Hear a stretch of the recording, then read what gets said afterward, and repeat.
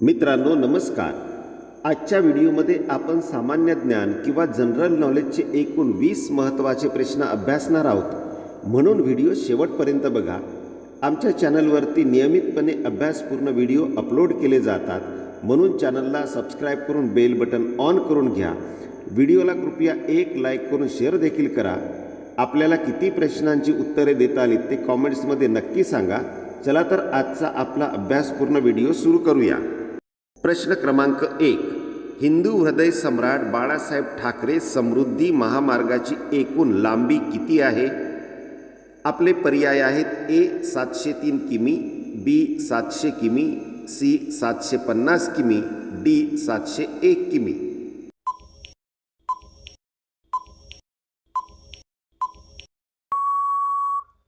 आपल्या प्रश्नाचे योग्य उत्तर आहे पर्याय क्रमांक डी 701 किलोमीटर. प्रश्न क्रमांक 2. देशाच्या स्वातंत्र्याच्या अमृत महोत्सव निमित्त राज्यातील किती वयाच्या ज्येष्ठ नागरिकांना एस.टी प्रवास मोफत करण्यात आला आहे? आपले पर्याय आहेत: ए 75 वर्ष, बी 65 वर्ष, सी 70 वर्ष, डी 60 वर्ष.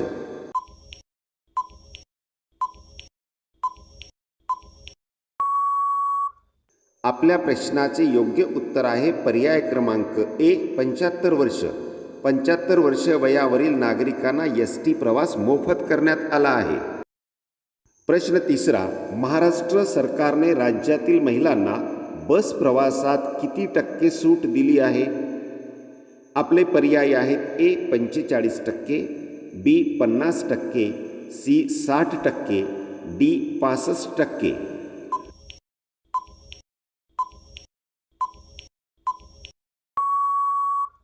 आपल्या प्रश्नाचे योग्य उत्तर आहे पर्याय क्रमांक बी 50%. राज्यातील महिलांना बस प्रवासात 50% सूट दिली आहे. प्रश्न क्रमांक 4. मुंबई पोरबंदर प्रकल्पांतर्गत MTHL या समुद्री पुलाची लांबी किती किलोमीटर आहे? आपले पर्याय आहेत: ए 20 किमी, बी 24 किमी, सी 22 किमी, डी 23 किमी.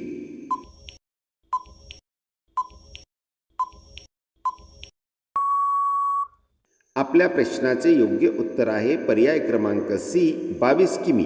या समुद्री पुलाची लांबी 22 किलोमीटर एवढी आहे.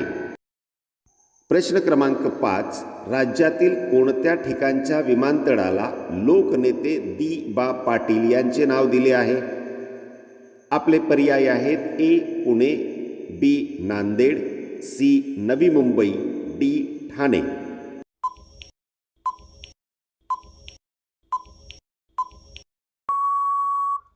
आपल्या प्रश्नाचे योग्य उत्तर आहे पर्याय क्रमांक सी नवी मुंबई.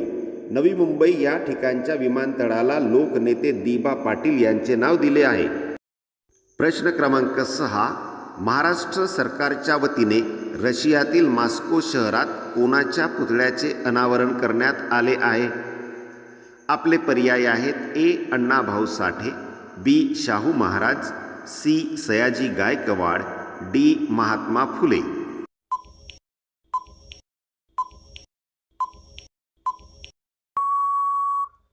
आपल्या प्रश्नाचे योग्य उत्तर आहे पर्याय क्रमांक ए अण्णाभाऊ साठे. रशियातील मॉस्को शहरात अण्णाभाऊ साठे यांच्या पुतळ्याचे अनावरण करण्यात आले. प्रश्न क्रमांक 7. केंद्र सरकारच्या कुसुम योजनेअंतर्गत महाराष्ट्र राज्यात किती कृषी पंपाचे वाटप केले जात आहे? आपले पर्याय आहेत: ए 2 लाख, बी 1 लाख, सी 5 लाख, डी 3 लाख.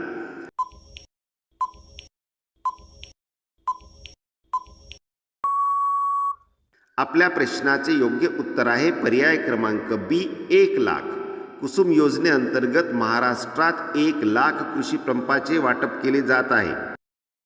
प्रश्न क्रमांक 8. महाराष्ट्र सरकारच्या कोणत्या मंत्रालयामार्फत राज्यात सलोखा योजना राबविली जात आहे? आपले पर्याय आहेत: ए गृह, बी अर्थ, सी महसूल, डी ग्रामविकास.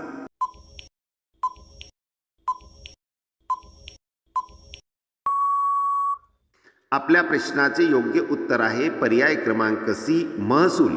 महसूल मंत्रालयामार्फत राज्यात सलोखा योजना राबविली जात आहे. प्रश्न क्रमांक 9. महाराष्ट्र सरकारच्या वतीने पशुधन एक्स्पो कुठे घेण्यात आले होते? आपले पर्याय आहेत ए शिर्डी, बी नागपूर, सी मुंबई, डी नाशिक.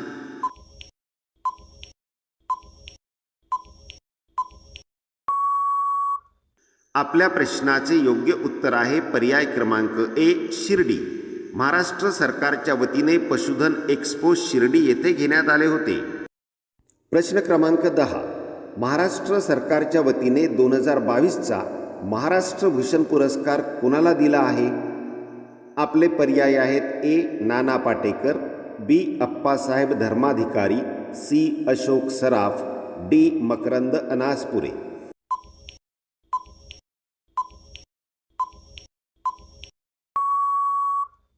आपल्या प्रश्नाचे योग्य उत्तर आहे पर्याय क्रमांक बी अप्पासाहेब धर्माधिकारी. 2022चा महाराष्ट्र भूषण पुरस्कार अप्पासाहेब धर्माधिकारी यांना दिला आहे. मित्रांनो, एक विनंती आहे, आमच्या यूट्यूब चॅनलला सबस्क्राईब करून बेल बटन ऑन करून घ्या, म्हणजे आमच्या नवीन आणि अभ्यासपूर्ण व्हिडिओचे नोटिफिकेशन सर्वात आधी आपल्याला मिळेल. सोबतच व्हिडिओला लाईक करा आणि शेअर करा. असे केल्याने कोणतेच आपले आर्थिक नुकसान होणार नाही, परंतु आम्हाला मात्र नवनवीन व्हिडिओ बनवण्याची प्रेरणा नक्की मिळते. चला तर आजचा पुढचा अभ्यासपूर्ण प्रश्न बघूया. प्रश्न क्रमांक 11. महाराष्ट्र सरकारने कोणत्या दिवसाचे औचित्य साधून वनवार्ता कार्यक्रम सुरू केला आहे? आपले पर्याय आहेत ए जागतिक पर्यावरण दिन, बी जागतिक पृथ्वी दिन, सी जागतिक अन्न दिन, डी जागतिक जल दिन.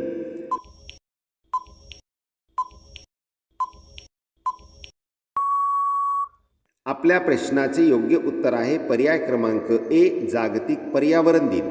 जागतिक पर्यावरण दिनाचे औचित्य साधून महाराष्ट्र सरकारने वनवार्ता कार्यक्रम सुरू केला आहे.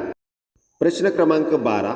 महाराष्ट्र सरकारने कोणत्या जिल्ह्याचे नाव धाराशिव करण्याचा निर्णय घेतला आहे?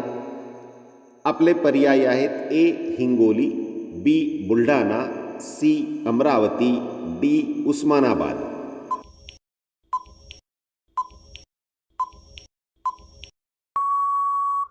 आपल्या प्रश्नाचे योग्य उत्तर आहे पर्याय क्रमांक डी उस्मानाबाद. उस्मानाबाद जिल्ह्याचे नाव धाराशिव करण्याचा निर्णय घेण्यात आला आहे. प्रश्न क्रमांक 13. संयुक्त राष्ट्रसंघाने कोणते वर्ष आंतरराष्ट्रीय तृणधान्य वर्ष म्हणून जाहीर केले आहे? आपले पर्याय आहेत ए 2022, बी 2024, सी 2023, डी 2025.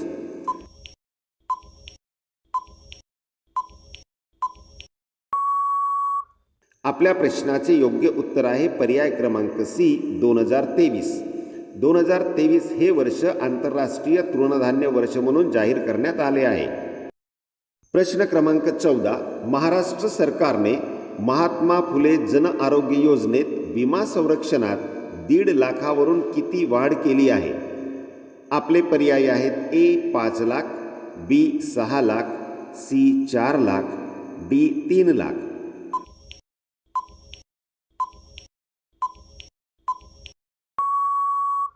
आपल्या प्रश्नाचे योग्य उत्तर आहे पर्याय क्रमांक ए 5 लाख. महात्मा फुले जन आरोग्य योजनेत विमा संरक्षणात 1.5 लाखावरून 5 लाख वाढ केली आहे. प्रश्न क्रमांक 15. महाराष्ट्र राज्यात कुठे बाळासाहेब ठाकरे हळद संशोधन केंद्र स्थापन करण्यात आले आहे? आपले पर्याय आहेत ए नांदेड, बी परभणी, सी जालना, डी हिंगोली.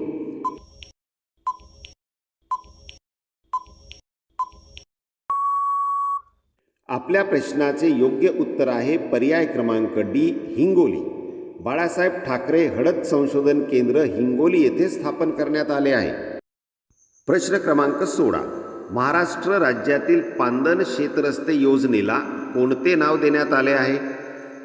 आपले पर्याय आहेत ए राजमाता, बी मातोश्री, सी स्वराज्य, डी रमाबाई.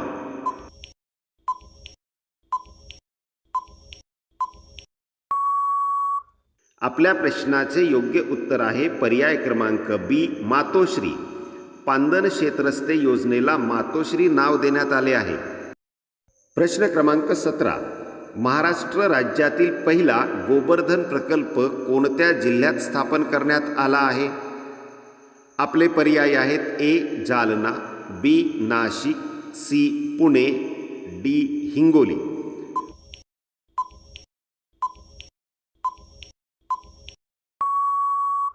आपल्या प्रश्नाचे योग्य उत्तर आहे पर्याय क्रमांक बी नाशिक. पहिला गोबर्धन प्रकल्प नाशिक जिल्ह्यात स्थापन करण्यात आला आहे. प्रश्न क्रमांक 18. अजित पवार यांनी महाराष्ट्र राज्याच्या उपमुख्यमंत्रीपदी कितव्यांदा शपथ घेतली? आपले पर्याय आहेत ए 5व्यांदा, बी 4थ्यांदा, सी 3ऱ्यांदा, डी 2ऱ्यांदा.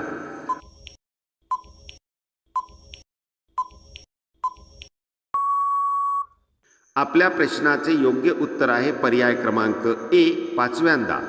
अजित पवार यांनी महाराष्ट्र राज्याच्या उपमुख्यमंत्रीपदी 5व्यांदा शपथ घेतली. प्रश्न क्रमांक 19. देशात सर्वाधिक ई वाहने कोणत्या राज्यात आहेत? आपले पर्याय आहेत ए महाराष्ट्र, बी उत्तर प्रदेश, सी कर्नाटक, डी केरळ.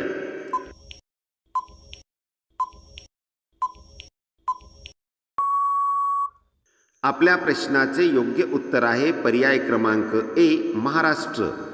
देशात सर्वाधिक ई वाहने महाराष्ट्र राज्यात आहेत. प्रश्न क्रमांक 20. कोणत्या भारतीय फिल्म मेकरला इंटरनॅशनल एमी अवॉर्ड 2023 जाहीर झाला आहे? आपले पर्याय आहेत ए अभिनव सिन्हा, बी दिव्या खोसला कुमार, सी एकता कपूर, डी फराह खान.